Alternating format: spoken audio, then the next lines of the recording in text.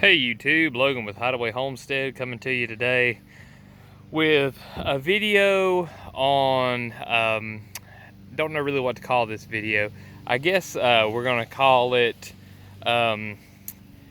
Permaculture Dreams versus Permaculture Reality, maybe, something like that. I think that'll be a good title.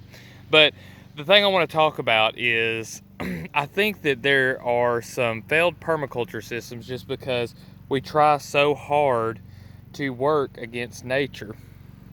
And I think a lot of it has to do with people wanting to grow stuff that really doesn't do well in their area. As you can see, I'm here on the side of the road next to the ditch, and this is just weeds. Now there's a lot of stuff in here that I could that I don't consider weeds, that I can feed my rabbits. Like we got a lot of goldenrod here. That's also good bee forage.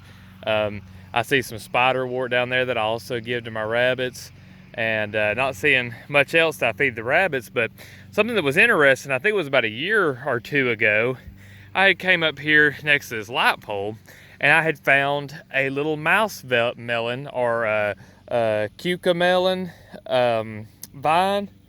And I am not an expert on this plant, so please do your own research on what I'm about to tell you about this plant. This is just the little bit that I know from maybe reading one or two things on the internet and seeing it here, live. And so what we've got is we had one vine here, and I just left it and didn't harvest anything off of it. And there are tons of these little vines. They almost look like ivy here. Here's one of them. They're in the cucumber family, and they produce a tiny little cucumber. We're gonna come on down here. And I think that what must have happened was that plant produced its seed, and then since this all washes right here, the seed just kind of washed all over the place here and started sending up little vines. Like here's another one right here. They're just all in this area. Now, cucumbers are pretty prolific anyway, but this here is one that just grows like blackberries. And I've tried them. I'm not a cucumber fan, but they taste just as good, if not better, than any cucumber. You can see the little cucumber there, and it's like just having a one-bite cucumber. Now, I've seen some cultivars, what I'm assuming are cultivars. Like I said, I'm not an expert on this plant, so I'm just talking off of what experience and what things I've seen that look like they get a little bit bigger than whatever this variety is. But I've tried them, and they taste kind of like a cross between a cucumber and a sweet pepper. They've got like kind of that sweet pepper texture of the skin and the flesh. And as far as just the overall flavor, it's more cucumber. But you see we got another one right here, and it's producing some. Now, what is this really a permaculture design that would give us all the little cucumbers that we need? No, it's not. But considering that I see just how prolific this little vine is and what it does in this area, it's a definite candidate for future gardens and planting in areas that I know it can reseed. As you can see, it has a little flower on it here. Oh, if I can get it to quit moving there for a second. It has a little flower on it, just like a cucumber, and then produces the fruit after that flower. Little tiny yellow flowers. And I could just imagine taking a bunch of these seeds, having a little mulched area, and throwing this in with maybe some other plants, like maybe some type of grass, or have some type of little shrubs that it grows up in, and it being just one of those things that would be super low maintenance.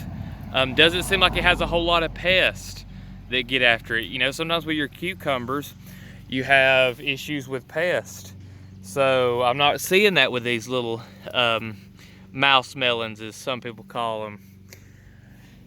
But something to think about, are we picking out the things that are going to produce the most for us? One thing here in North Alabama, there's another one right there, is that we have pretty brutal summers, and there's a lot of your tomatoes that have, unless you take measures, right? Unless you really work at it to have those really nice big beefsteak tomatoes, and you try to keep pests off of them and use other gardening methods to keep blight and other insects away. Unless you do all that, a lot of times you're going to have kind of a pitiful crop. I always have. Now, something that does just wonderfully, my wife's been getting a bunch of them right now, we planted them from seed, is cherry tomatoes.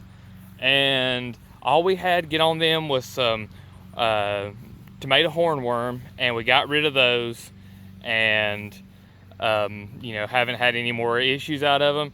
90% of the fruit is just absolutely perfect, beautiful red. The plant's doing great, so we need to focus on that. I think we try to chase too much those things that are not really suited for our area.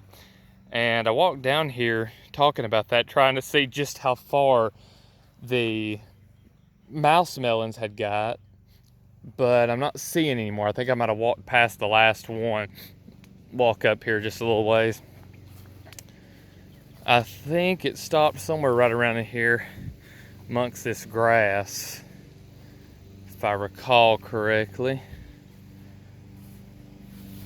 Oh, yep, there it is. So here's one of the leaves.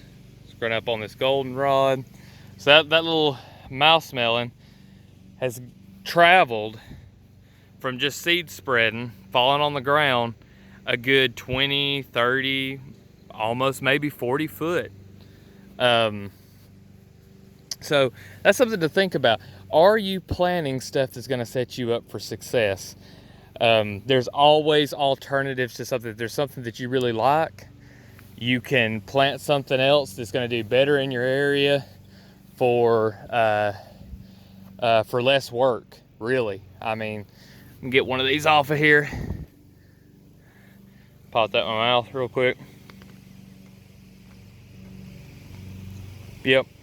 That one's not as good as the one that I had up by the tomato plants that had just sprung up. So, might have some, these might almost be a kind that have kind of grown wild, might be reverting back to how they used to be. I don't know. But, or it could be that I'm just a dum-dum and I picked one that probably wasn't ripe. More than likely. Which I don't guess really should matter, because people eat, baby cucumbers all the time. Like I said, not too much of a fan. But anyway, I'll go ahead and cut this one right here. Oh, there's a bigger one. Get a close-up of it so you can see. Well, I don't know if I'm going to be able to or not. If the camera's going to focus. There we go. So it looks like a tiny little melon. But anyway, that's it for today's video. Just think about that. Look, going around in your area, go to people's gardens and the ones who are, the old folks who are gardening, and whatever they've got a ton of and it looks like it's just doing great, go plant that for your garden plants. Focus on native trees, or even invasive ones that could be fodder for your animals, because they're obviously doing well, or else they wouldn't be taking over. So, little food for thought. Appreciate everybody watching today. Subscribe to the channel for more stuff like this. I drop a video every day. We are going on vacation, and I didn't pre-record any videos, so we'll probably actually make some videos on our vacation down in Daytona. I'm gonna have a go at surf fishing for the first time. I've never done it. Been deep sea fishing, but I fish lakes and streams all the time, so we'll have a little bit of content on that. And leave a like on this video. If you got any questions, leave them down in the comments, and we'll see y'all in the next one.